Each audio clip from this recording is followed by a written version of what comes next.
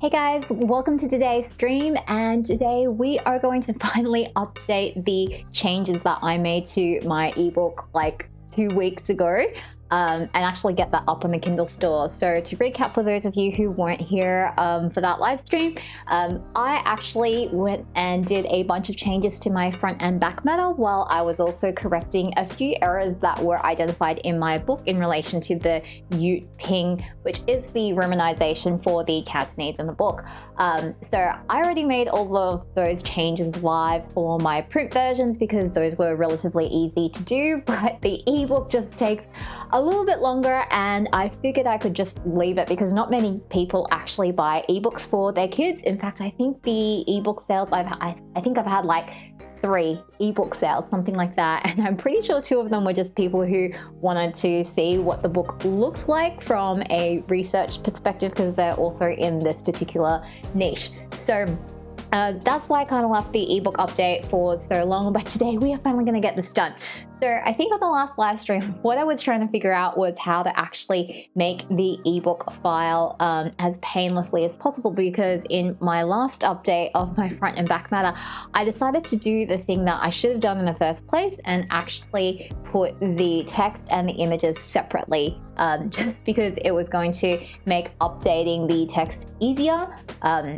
However, that made it really difficult to actually do the ebook, because with the ebook, they're essentially a standalone website in a particular one zip file. And so essentially what I had to do was figure out a way to export the print layout book that I had already done and import it into an ebook format. Thankfully, Amazon makes this relatively easy in that they have the ability to import a PDF using the Kindle's Kids Book Creator. So I'm just going to quickly show you guys what I did last time, just so you guys have got this process straight as well, if you're ever stuck doing this yourself. So what I essentially did here was you can actually go to Kindle's Book Creator, which is a free program that KDP offers, and you can essentially add pages by importing a PDF file, which is what I did here. So if you look at this particular PDF file, this is a straight export from Scribus, where I basically turned it into a PDF. I turned off all of the bleeds and everything in that document so that this is exactly what you would see to the actual trim size, just for the purposes of the ebook. Now, this is not a terribly optimal file size because it is being exported at that print resolution. So what I did do was I imported all of this into Kindle's Kids Book Creator using this functionality. So for example, if I just open this and show you, it will literally just add in all of these pages, and it will put them in like this, and it essentially turns them into JPEGs. I think it actually just goes to the PDF and turns them all into JPEGs. So you can see when I've got this up on the screen, there is a little bit of an artifact here, which we kind of can't really help, because if you export super high resolution stuff into here, your Kindle file size is going to be huge, and that's going to cost you a lot of money in the delivery cost. Amazon charges something like, I think, 15 cents per megabyte. So with a kid's picture book with lots of pictures, yeah, that's going to get really expensive and erode your margins on the ebook. So the other thing I did do after I got it into here was, by default, the Kindle Kids Book Creator, my goodness, that's a mouthful, it will actually create all of these images. And if you go to this scaled images directory here, by default, it imports everything as these individual JPEG files. And you know, that will just be the full, that was a bad page to pick. Let's pick a page with something. Okay, so it will pick up this particular file. So you can see when you're just kind of looking at it at 100% size on the screen, it actually looks all right. And then it also creates these thumbnail files. Now, these thumbnail files are the things that appear when you look for the navigation on the table of contents page here. So what I did was I went through and I spent quite a bit of time optimizing these file sizes, which basically meant running it through an image converter program to try and really get that file size down without compromising the quality of the image too much. Even so, once I got to the end of all of that, I'm not going to save that, the file size it's still pretty big. So if you have a look at this, my final Kindle file size is 6.1 megabytes. Not great, but it is what it is, and I cannot get it any smaller without having the images come out horrible. So it's just a function of doing kids' books in an ebook format. It just is not great. So anyway, now what I'm going to do is, before I upload this to KDP, I am just going to do a final check to make sure that everything all looks good. And I'm using the Kindle Previewer program, which again is another free program that's available from Amazon. And you can install it on your desktop just so you can put in your mobi file and just make sure everything is a-okay before you upload. Otherwise, you're going to have to do the super annoying thing of re-uploading, which I don't like to do. So let's have a look here. So by default, it will open up on the first content page. So looking here, I've got my cover, which is good. First page is my new front matter, which is a lot cleaner than what I had before. And then we're going to go through each of the books, each of the pages in the book. So here we go. And what you'll see is, because this is a fixed layout ebook, once you've configured how the pages face each other, you can see that it automatically puts those pages together. So what you'll notice is you can see like a little bit of a line here. It just in like where the fold would be with the separated files. Can't really help that. And that's okay. It's an ebook. Not that many people are going to be reading it. But yeah, unfortunately, you just kind of can't get it to be that clean. I mean, this is already relatively clean looking. So here we go. And yeah, as you can see, the file size is, I'd like to get it down a little bit more, but you just kind of can't compress it any further without the image quality getting really quite blurry. Okay. So there we go. Here's the new back matter. That image is already not looking super great. This page is probably the worst because it's all text. I would love to make this a PNG file, but unfortunately, if it's a PNG file, the file size also blows out quite a bit. So unfortunately, we're stuck with JPEGs. All right, so that looks all good. So that's on the tablet. You can actually, okay, so it's, yes, the other thing is I was able to lock the orientation on a tablet, which is quite nice. Just gonna check a different device type, check it on a phone, and just make sure that's also all okay. Yep, I'm looking good. I don't know why you would try to attempt to read a kid's ebook on a phone. I guess if I was super desperate to entertain my kid, I would be able to do this, but this is just going to be such an annoying reading experience because everything on a phone is just going to be so small. Like this page is going to be illegible unless you're zooming in to see the text, but at least that again looks all good. So let's have a look at what it looks like on an actual e-reader. So I think this e-reader type, when you look at it, is going to be basically like a e-ink kind of display. So it's automatically going to show everything in black and white. Hopefully, most of my images look fine in grayscale. Not going to be the best, but at least you can still see most of the details. I don't think I have anything that looks horribly out of place with the black and white. No, that still looks all good.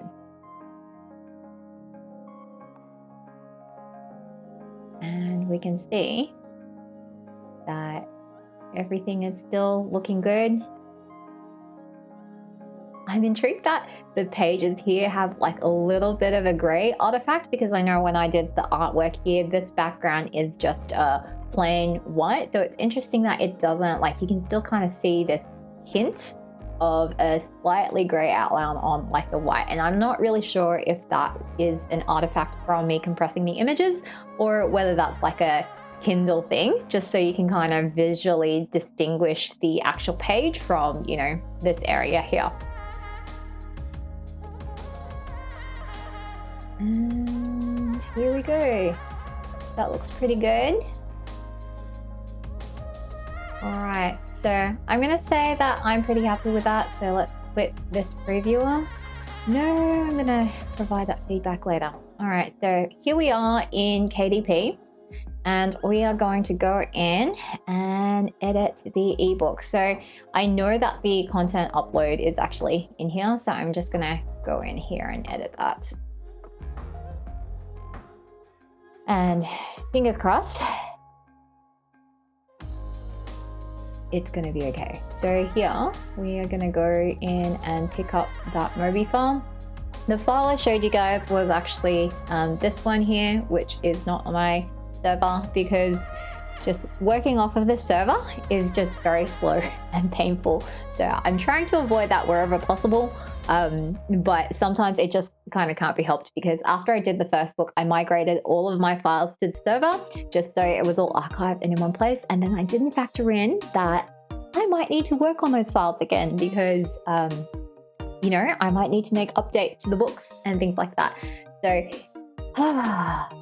yeah, I think in future I might need to figure out a proper way of organizing all of the files and backing them all up and stuff like that, because the current process of just like arbitrarily moving things onto the server whenever I think I'm done working on them is kind of not really working out that well for me.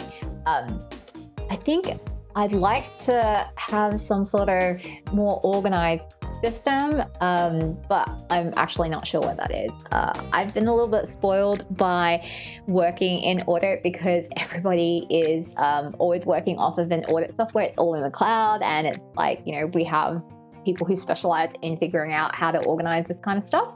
And I just kind of really missed that, because now I'm like the one responsible for doing that, and I am not an expert in doing any of that. Okay, so please complete uploading your file. To complete uploading your file, please click Save and Continue and submit for pre-order on the next page. If no, okay, well that's not applicable because this is already a live book. So, all right, so here you can see that this has been uploaded successfully and it is now processing the file. We're not changing the cover, so we're gonna leave that. Now, they do have an option to just launch the previewer again, and we did just preview this on the desktop version. I do like to do this again just to triple check, because I always like to triple check everything before it finally goes live, just in case anything goes wrong. And I have caught stuff that I thought was 100% gonna be totally fine, and it was not. So yeah, I'm just gonna double check this anyway. So the web previewer again is pretty cool.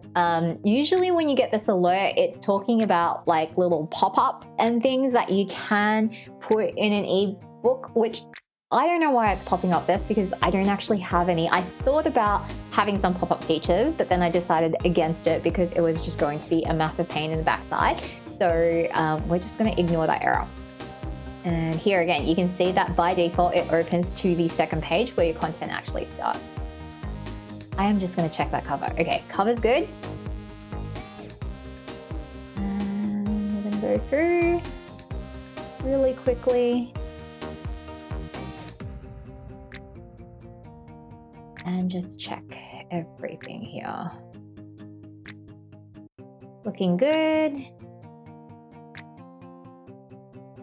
What I do like about the ebook though is the colors are just a little more vibrant, and they just pop a little bit more than the printed version, which is printed in CMYK. So unfortunately that kind of can't be helped. It's just the nature of doing a print book where you're never going to get purples and blues as vibrant as it is going to be on the computer screen.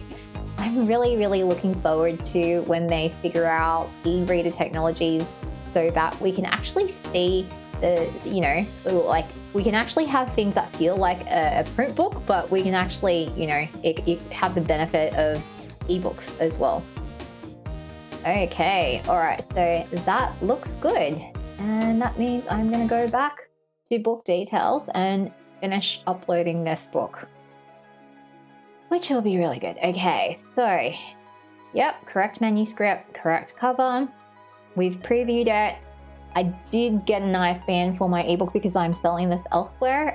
If you're just publishing on KDP, you may not need to get an ISBN for your ebook. I personally like to have one because it just gives you options. And again, ISBNs are relatively inexpensive compared to everything else that you're paying for in the self-publication process. So yeah, I would just get one. Now it's gonna go and take me to the pricing page next. And I'm not gonna change anything in here. Publish. So that is the KDP version done. You'll see that this is, updates in review. And then when it's actually done, usually you get an email notification that your changes are now live. And this status will also update so that it will just say live, for example. We are going to go over and do the Google Play version. So the Google Play version requires an EPUB file here, which is a fixed layout. So I'm using the Calibre edit book software thing, whatever. And you can see here where all my EPUB files are. I've actually got a page for every single thing here. So here is the title page, which has got the images, and you can see it's all referencing image files here. I've got a title page, then I have a blank page, which is a forward apparently. And then I've got, oh, you know what? Yeah, I just didn't change this. Just gonna get rid of that. And then you actually have the forward. Okay, and then you can see this is how I've named all of the images. So in theory, what I should just do is go through here and replace each of these image files with the images that we've already optimized for the Kindle EPUB, right? Because that's already correctly formatted. So we're just gonna right click, replace image, and we're gonna go up into here. We're gonna go into Kindle. We're going to go into HTML. We're gonna go into scaled images. And we are going to pick up all of these image files. So this is what that should be. So now you can see I've replaced that with the correct new front matter.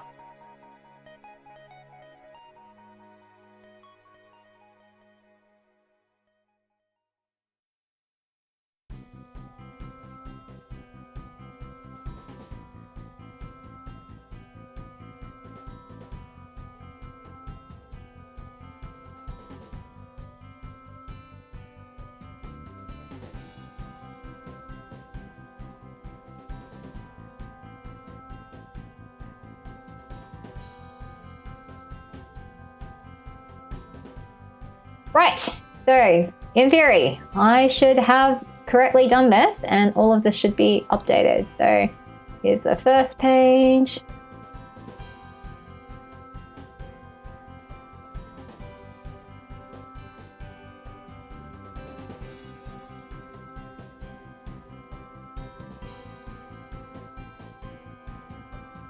There's a couple of lines in the HTML that you need to do if you're doing a fixed layout book. The first one here is letting the e-reader know which EPUB spec to look at, and that's this line here, very important. The second thing is this is what actually sets the size of your viewport in the e-reader. So it tells it that all of your content needs to be 600 by 600 pixels in size. I've got some meta names here which just tell the e-reader kind of like what page it is in the book. I have a title here, which again, I've just put the title of the book plus the page number. This is a link to the style sheet for the entire book so that it knows how to lay out all of the pages properly. And then for every single page, it has a unique CSS class here, page 30, which tells it how to display, which you can see in this style sheet here. I don't even think we use that at the minute, but it is there just in case you want to do anything with it. Then here, the other important thing that is happening with the fixed layout ebook is you can see that on each page, all that happens on the page is you've got an image inside a div. A div is basically a kind of HTML container, and the image itself is actually showing the actual image file. It tells the e-reader that at this point you need to input the image, and you're going to restrain that again to 600 by 600 in pixels. And the other thing I like to put in on my images is like this little bit on the alt text, which you can see I actually need to change this. I'm going to say this is literal translation page 2. Let's fix that here.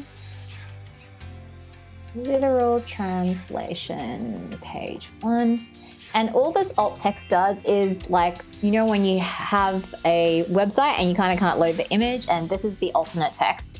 Most people will not see this, but if anybody's using like a screen reader or something like that, then having the alt text there means that the screen reader can read it out.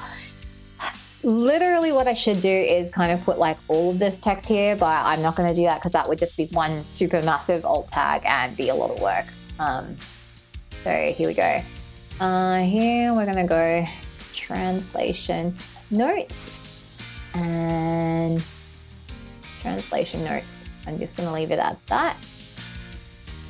Here I'm going to say tones in Cantonese, and the rest of this should be fine. So here I actually put just the Chinese text as well as the English translation. I have not put the Yuping in there because any screen reader is not really going to know how to read that out, so that's fine.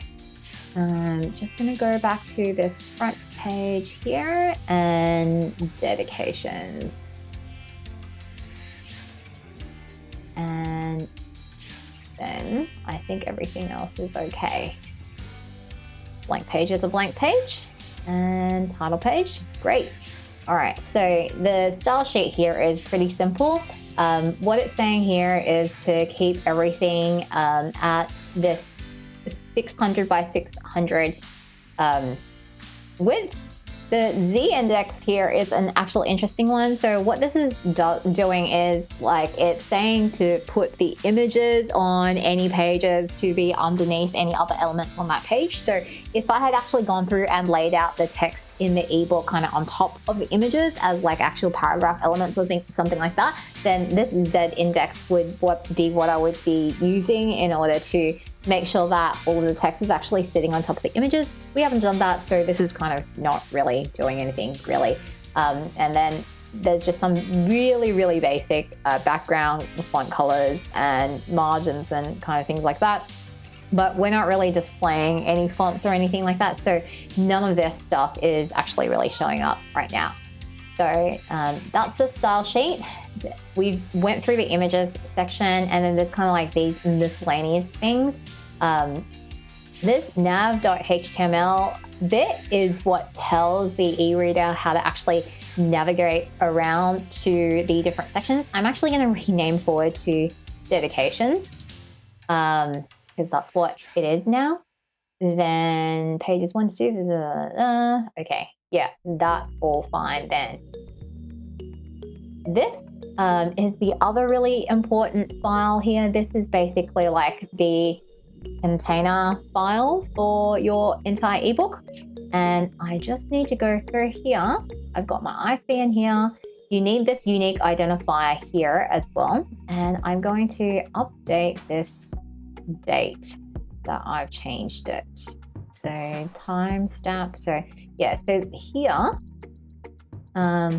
that's like my publication date, and then I'm just going to go down here, and I forget whether I have to change the date timestamp like up here or whether it was like down below here. We're just going to try and do it down here and see if it kicks us out. So what is the date today? Today is the 7th of September.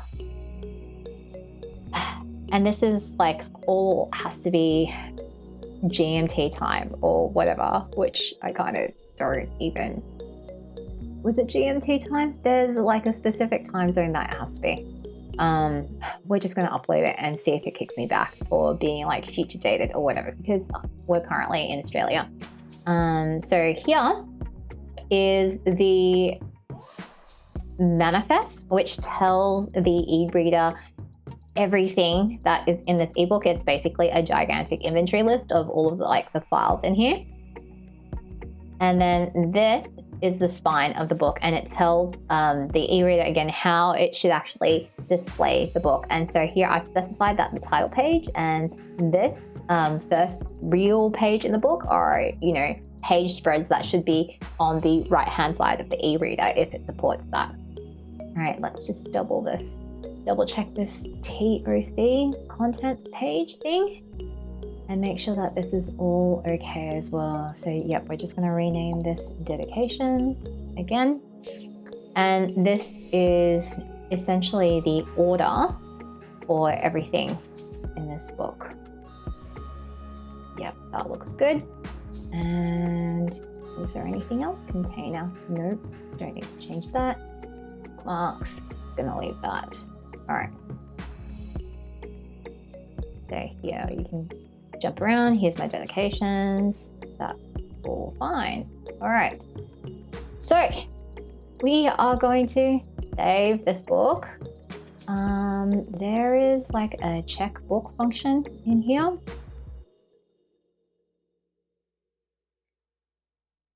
You can remove it. I guess we'll remove it. Run check. No problems found. Good. That's what we want. We don't want any problems in the book. And I don't think I've got the EPUB check tool plugin in here. Oh, here we do. Yeah, I do. Run EPUB check. Yes. So EPUB check is basically a validation tool that checks all of the that's right, I have to install a Java development kit, which I don't want to do at the moment. Okay, so we're just gonna use the online EPUB check in Google. So all right, we're gonna quit edit book because we are now done, and I'm gonna go and open the containing folder. So Calibre stores everything in its library location. So at the moment you can see here that this is the EPUB file that we just modified. So I'm gonna pick up and copy that, and we're gonna paste this here. And I'm just gonna date this. So this is version, and I'm just gonna date it all like the same. So this is really like a August version, even though, well, you know what? Let's keep the date the same as the Kindle files. Just because otherwise I'm gonna get super confused when I look at this in, you know, whoever knows how many months. Okay, so here we're gonna go into Google Play and we are gonna upload the actual content file. So that's this one that we've just done.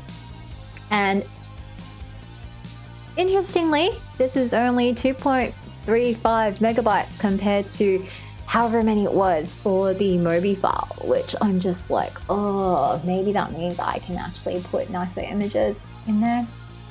I don't know. Okay, so now what it's going to say is here's some pending content, which is processing. And Google basically runs like a number of checks on your EPUB files when you upload them. It will do EPUB check for you and it will let you know if there are issues with it. And then I think it does like a bunch of its own checks or something. But yeah, like otherwise it's pretty seamless, to be honest, like the Google Play upload process. Like I quite like this interface. It's quite nice. Unfortunately, I don't think all that many people actually use Google Play. Do you guys use Google Play? If you do, let me know in the comments because I'm really curious. I don't personally use it, even though I use so much of Google's other stuff. Like I just find, I don't know, most authors, everything's on Kindle. I guess I could buy stuff on Google Play. I mean, yeah, I don't know. I use a Kindle, I have a Kindle, so I've been using the Amazon Kindle store. That's basically what I've been doing. Okay, so that is basically, we're just gonna wait for this to process because it is gonna take a little while.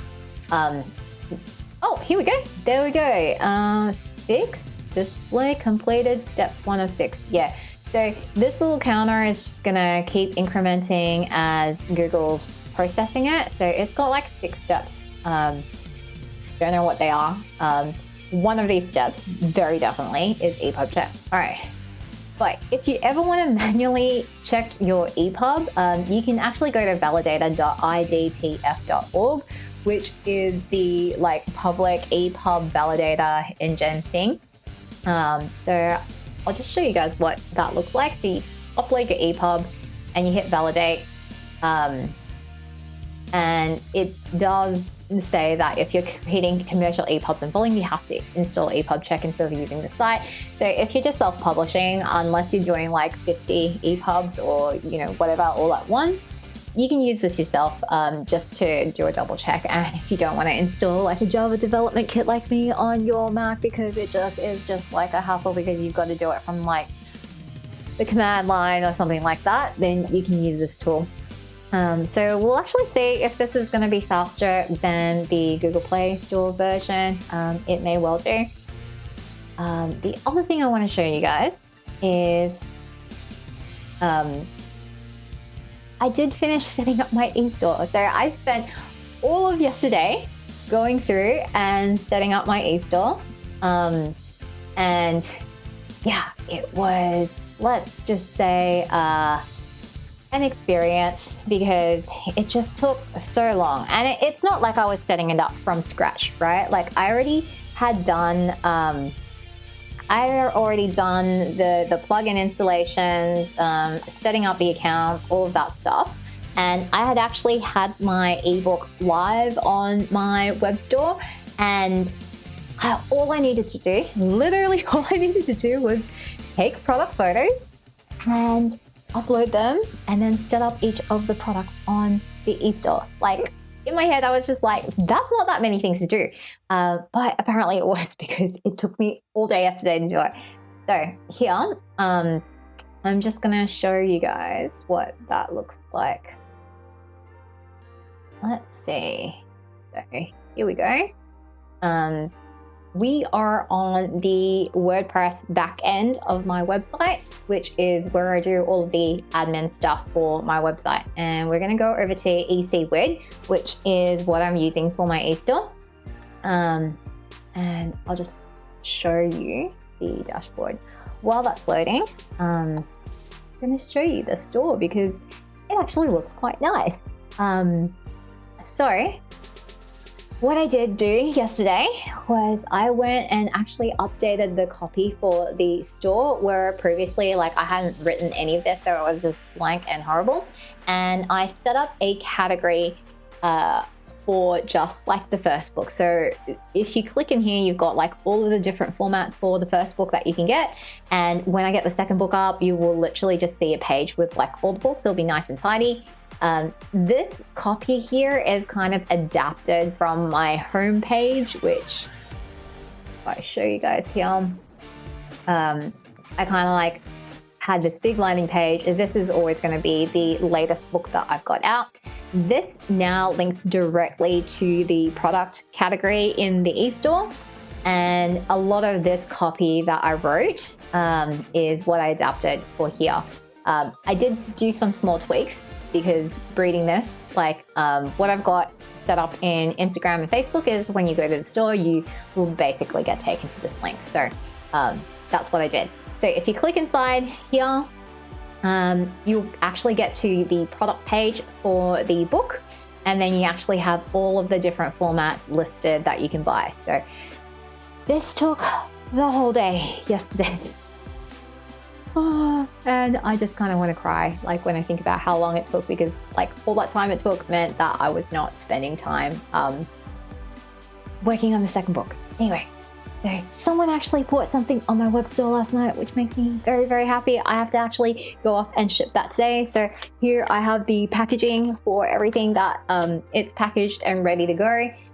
And what I want to do right now is I do want to go inside and update some of these products. So at the minute, I'm actually going to come edit this and just lower the pricing for here. All right, see, it's still checking. step 2 of 6. So I'm gonna go in here and I think I'm just gonna price it at $4.99 just on my site. It's a little bit lower than what is listed on Amazon or Google Play, I think, because I've priced all of those relative to USD, and the USD price is $3.99, so this is a little bit cheaper. Yeah, so here it is. So I unfortunately do not have the free version of EPUB, because if I did, I could actually attach the ebook file here directly, and then anytime somebody was ordering this, it would automatically send them the download link. I don't think my volumes are going to be that high though, so I'm not doing it. But otherwise, here you can see I've basically got the category. So here is the text that you saw when you first go into the store, and here is like the actual page for the book.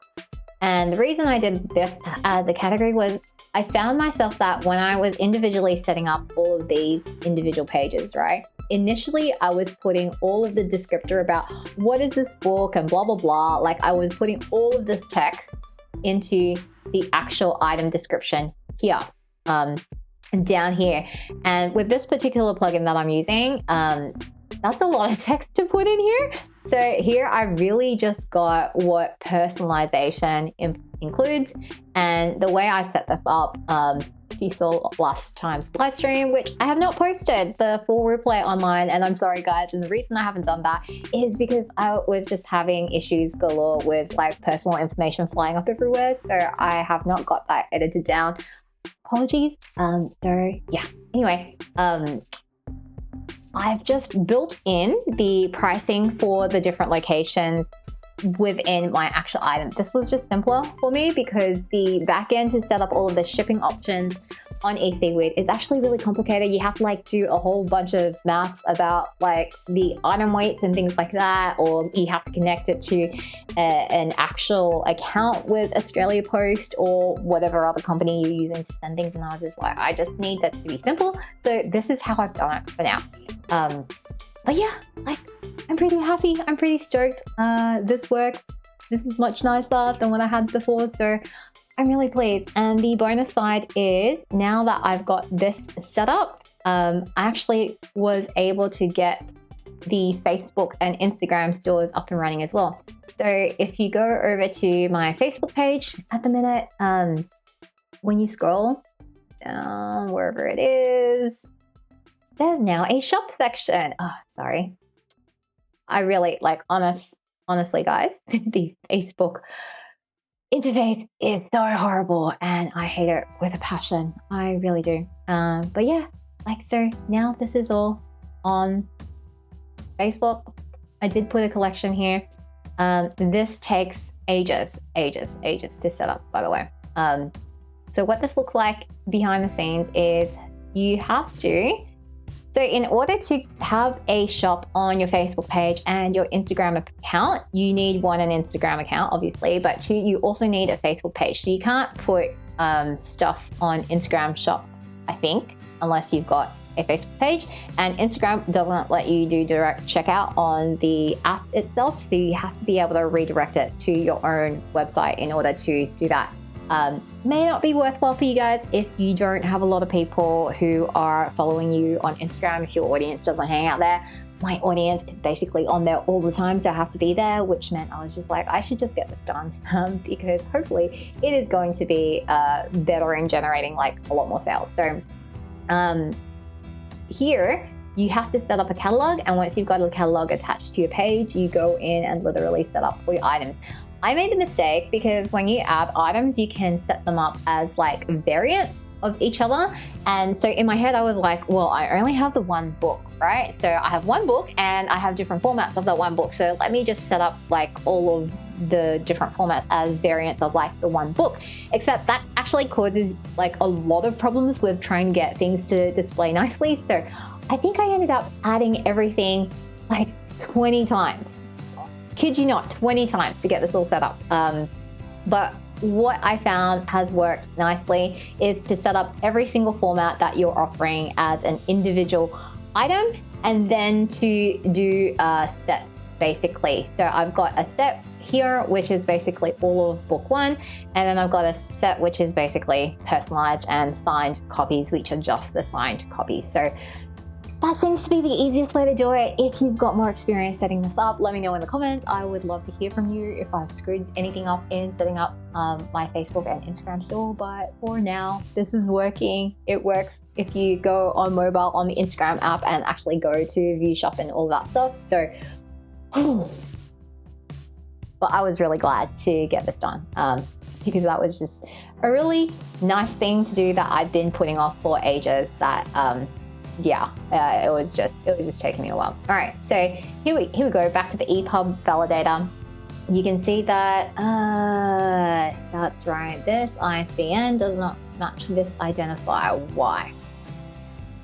Sometimes I'm just like, I can't figure out like what you do, because like this error is super frustrating. I think I've done things where like I've gotten rid of this and then it throws like a different error. But you can see that Google's processed it, they have no issues. So I'm just gonna say that's fine.